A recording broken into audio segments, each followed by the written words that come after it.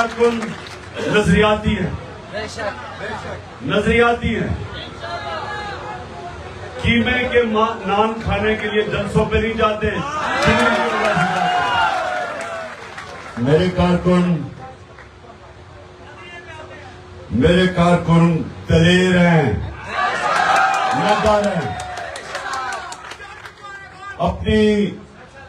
अपने खौफ के बुत को तोड़ चुके हैं। और मेरे कारकुनों में मुझे जो सबसे ज्यादा चीज पसंद है, इनमें जुनून है। मैं जब क्रिकेट खेलता था, एक खिलाड़ी में अल्लाह ने टैलेंट दिया होता था और दूसरे में जुनून होता था। जो जुनून था वो थोड़ी देर के बाद टैलेंट को हरा देता था। जुनून का कोई तोड़ नहीं है, इसलिए कोई मेरे कारकुनों को शिकस्त नहीं दे सकता।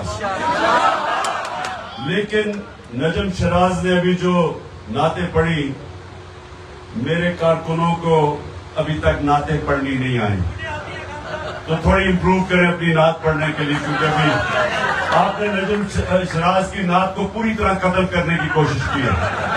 अच्छा, अब सुने आप, मैं सबसे पहले पता चलाना चाहता हूं कि अब किधर किधर से लोग आए हैं। लाहौर, ये लाहौर है सारा, पाकपटन, ये पाकपटन है।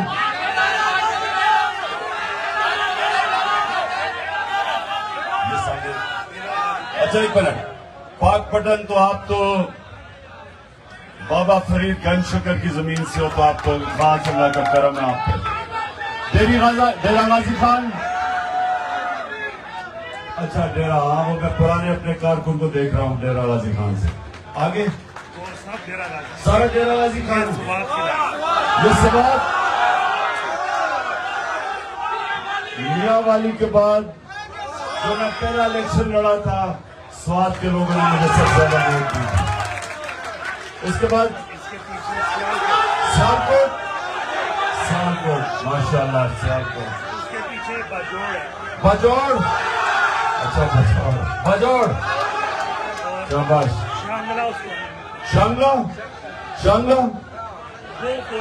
शांगला, अच्छा वो कोने पे, हाँ मैं देख रहा हूँ अपने।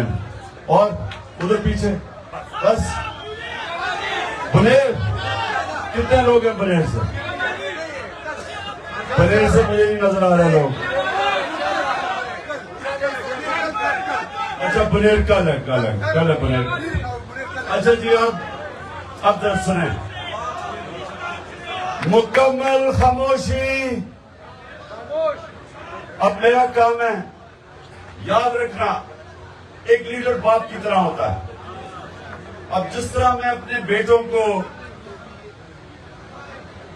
अपने दीन इस्लाम की तरबियत करता हूं, उसी तरह मैं अब आपको करने लगा। और ये याद रखें, मैं फिर से वाज़ेह करता हूं, मैं कोई इस्लाम का आलिम नहीं हूं। मेरी अपनी जिंदगी के तजर्बे से आहिस्ता आहिस्ता, क्योंकि अल्लाह कुरान में कहता है मैं जब चाहूं किसी को सीधे रास्ते पर लगा सकता हूं। ये याद रखें, कुरान में अल्लाह कहता है मैं जब चाहूं किसी को भी सीधे रास्ते पर लगा सकता है। तो जिसको वो सीधे रास्ते पर लगाता है, उसको कोशिश करनी चाहिए कि बाकी इंसानों को भी उस रास्ते पे लेके आए। आप जब नमाज पढ़ते हैं, खामोशी, ये सुने जरा गौर से। आप अल्लाह से पहले आप अल्लाह की तारीफ बयान करते हैं कि सब तारीफें अल्लाह तेरे लिए। फिर आप उसकी तारीफ करते हैं कि वो रहमान और रहीम है, माफ करने वाला अल्लाह है। फिर आप उसकी सबसे बड़ी तारीफ मालिक यौम-ए-दीन, इंसाफ करने वाला खुदा है। जो अल्लाह फैसले करता है इंसानों के ऊपर, वो दिलों के भी राज जानता है, अमाल भी जानता है। तो वो सबसे बड़ा जज है, इंसाफ करने वाला। लेकिन मांगते आप अल्लाह से सिर्फ एक चीज है वो क्या है? या अल्लाह मुझे उनके रास्ते पे लगा। ये समझने वाली बात है, रास्ता मांग रहे हैं।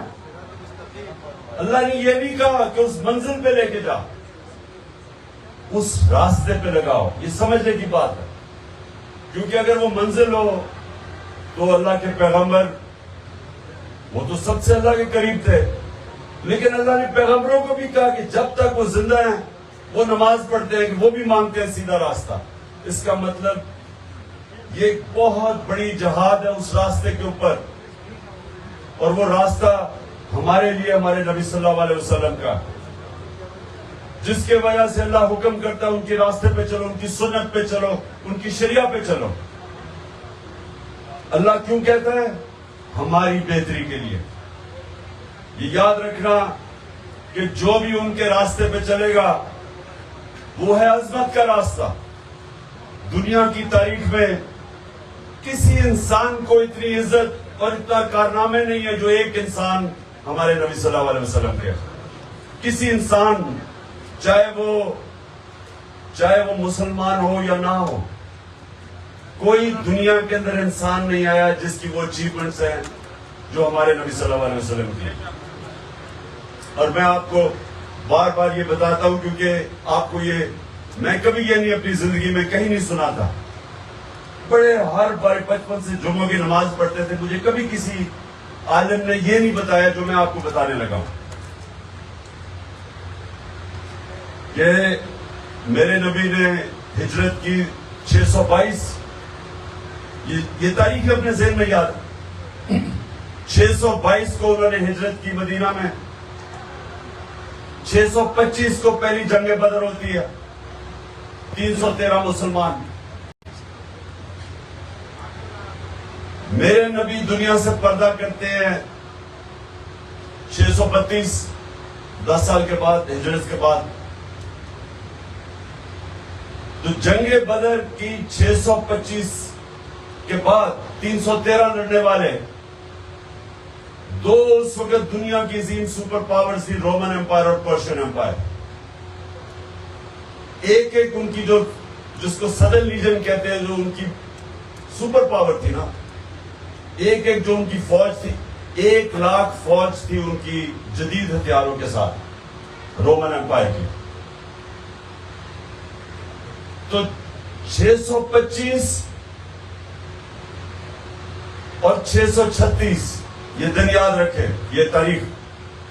11 सालों में रोमन एम्पायर घुटने टेकता है खालिद बिन वलीद की फौज के सामने यारमुक में, 11 सालों के बाद। और 12 साल यानी अगले साल जो दूसरी सुपर पावर है वो उनके सामने घुटने टेक देती। अब क्यों अल्लाह हमें कहता है नबी सल्लल्लाहु अलैहि वसल्लम के रास्ते पे चलो? समझने की कोशिश करो कि उन्होंने क्या किया था कि वो अरब जिनकी कोई हैसियत ही नहीं थी, अरबों की तो कोई हैसियत नहीं थी, एक तरफ सुपर पावर, एक तरफ दूसरी, मशरिक में एक, मगरिब में दूसरी, ये तो बीच में रेगिस्तान में अरब थे। तो सोचने की बात है कि वो क्या तब्दीली लेके आए थे मेरे नबी लोगों के सल्लल्लाहु अलैहि वसल्लम, लोगों के ज़हनों में, कि वो उठ के दुनिया की इमामत करनी शुरू कर दी। उन्होंने दुनिया की कई 100 साल तक उन्होंने इमामत की। वो क्या चेंज आया था ये आप सबको समझना है। चेंज शुरू हुआ था एक ला इलाहा इल्लल्लाह से। इंसानों को आजाद किया था। जब आप दावा करते हैं अल्लाह के सिवा में किसी के सामने नहीं झुकता, इंसान अपनी आजादी का दावा करता है, और सिर्फ आजाद इंसान इमामत करते हैं, कभी गुलामी इमामत करते हैं, आजाद इंसान करते हैं। तो पहले तो उन्होंने अंदरूनी तौर पे आजाद किया। जब ये आप दावा करते हैं तो आप बुत तोड़ देते हैं जो इंसान को जमीन पे रखते हैं। जो मैं बार बार, एक मौलाना रूबी का, उन्होंने जब कहा ना कि जब अल्लाह ने तुम्हें पर दिए हैं तो क्यों जमीन पे रेंग रहे हो, मतलब यह कि अल्लाह ने तुम्हें अशरफुल मखलूकात बनाया, अजीम मखलूक, लेकिन कुरान में अल्लाह कहता है जब इंसान गिरता तो जानवरों से भी नीचे गिर जाता है। तो अपना मुकाम पहचानो। वो शुरू होता है ला इलाहा इल्लल्लाह से। उसने उन अरबों को पहले आजाद किया अंदरूनी तौर पे। बुत तोड़े, एक तो मक्का में बुत तोड़े। मेरे नबी सल्लल्लाहु अलैहि वसल्लम ने मक्का के वो जो बुत थे वो तोड़े काबा के अंदर, लेकिन अंदरूनी तौर पे आजाद किया वो बुत जो सबसे खौफनाक बुत है, खौफ का बुत। मैं जब क्रिकेट खेलता था मेरे से बड़े बड़े टैलेंटेड खिलाड़ी थे, लेकिन वो खौफ की वजह से ऊपर नहीं आ सके। बैट्समैन गेंद लगने से डरते थे कि तेज बॉलर से बैट्समैन डरता था, ऊपर नहीं आ सका, खौफ को नहीं काबू पा सका, बड़ा खिलाड़ी नहीं बना। एक और था जो हारने से डरता था। ये याद रखें, मेरी जिंदगी गुजरी है मुकाबले में, जो हारने से डरता है उसको जीतना नहीं आता।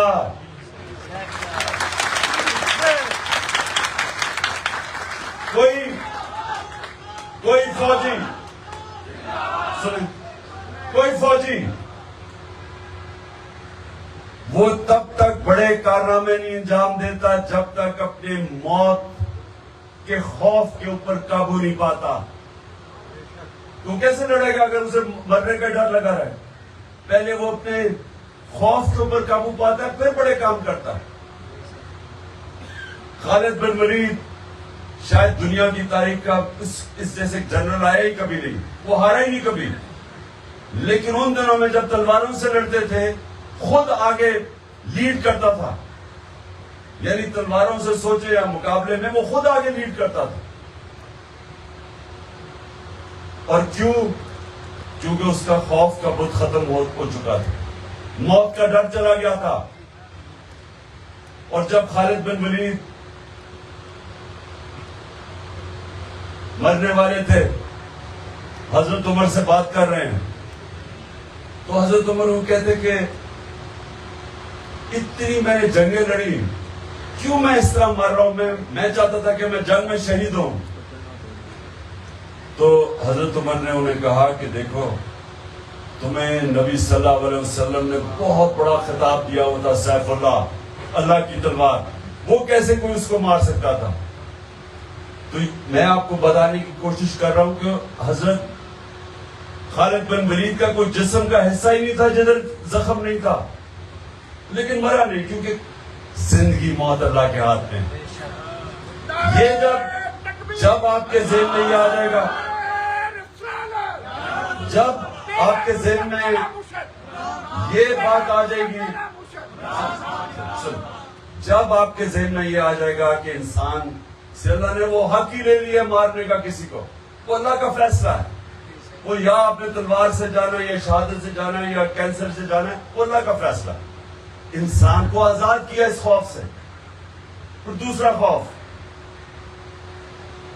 कि मेरी जी रोजी ना चली जाए। अब ये कई पुलिस वालों ने, रेंजर्स ने जुल्म किया कि यहाँ एक और पता था गलत कर रहे हैं, औरतें बच्चे हैं, यहाँ शेल मार रहे हैं, वो पैलेट गन्स मार रहे हैं, पता था गलत है, लेकिन नौकरी ज्यादा, रिस्क ज्यादा अजीज थी। ईमान एतमाद नहीं था कि अल्लाह के हाथ में है रिस्क। अगर अल्लाह का ये आपको इत्मीनान होता, वो अपने ज़मीर की आवाज सुनता, बजाय ये कि किसी ऊपर जुराइम पेशा लोग उनको गलत ऑर्डर कर रहे हैं और उनके कहने के ऊपर बेकसूर लोगों के ऊपर हमले कर रहे हैं और उनको जख्मी कर रहे हैं। ये रोकता है, इसलिए इंसान ऊपर चला जाता है, जो अल्लाह के ऊपर ईमान रखने वाला आदमी। इसलिए वो अरब दुनिया की इमामत की उन्होंने, जिनकी हैसियत नहीं थी वो आजाद हो गए लोग। जिल्लत इज्जत दिल्लत, ये भी लोगों को खौफ है कि वो मुझे जलील कर देगा, वो मेरे किसी ने मुझे, ये जितने गंदे गंदे लोग हैं, ये इनकी पीडीएम के अंदर एक से एक बड़ा घटिया और जुराइम पेशा आदमी और गलत बातें करने वाला। कितनी इन्होंने, हर रोज आप सुनते टीवी पे मेरी ये तारीफें करते हैं, कभी क्या कर लिया इन्होंने मुझे, पब्लिक में तो और मकबूलियत हो गई है, क्योंकि जिल्लत अल्लाह के बगैर कोई किसी को नहीं दे सकता, इज्जत अल्लाह के हाथ में। तो ये मैं आप सबको पहले अपने आप को आजाद कर रही है खौफ से, ला इलाहा इल्लल्लाह, बहुत सबसे बड़ा खौफ का ये खत्म करें। दूसरा, पैसे का बुत, ये पैसे की लालच की वजह से लोग अपने जमीर बेचते हैं।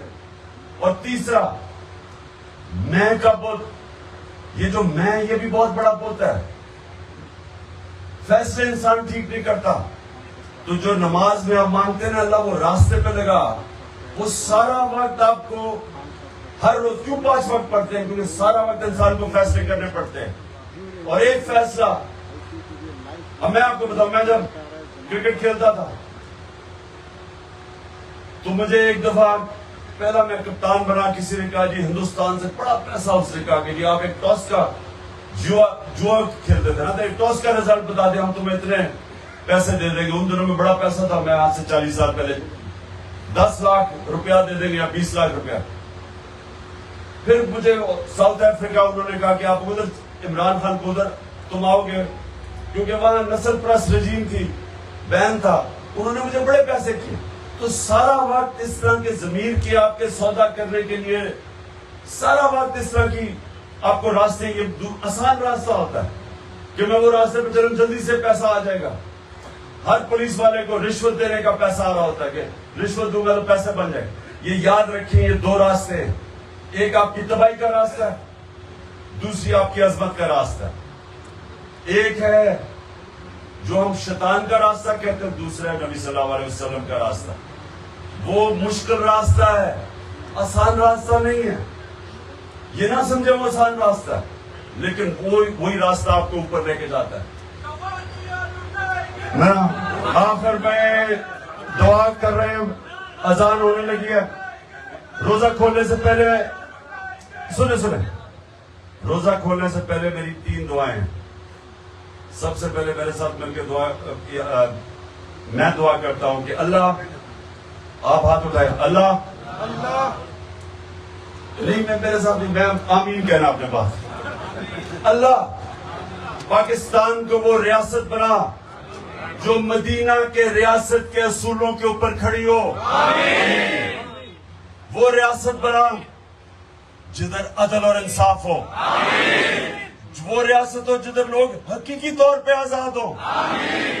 और वो रियासत हो जिधर कोई भी पाकिस्तानी, चाहे उसका जो मर्जी दीन मजहब जो भी हो, कोई भी पाकिस्तानी भूखा ना सोए। आमीन। बिस्मिल्लाहिर्रहमानिर्रहीम। अल्लाहु अकबर।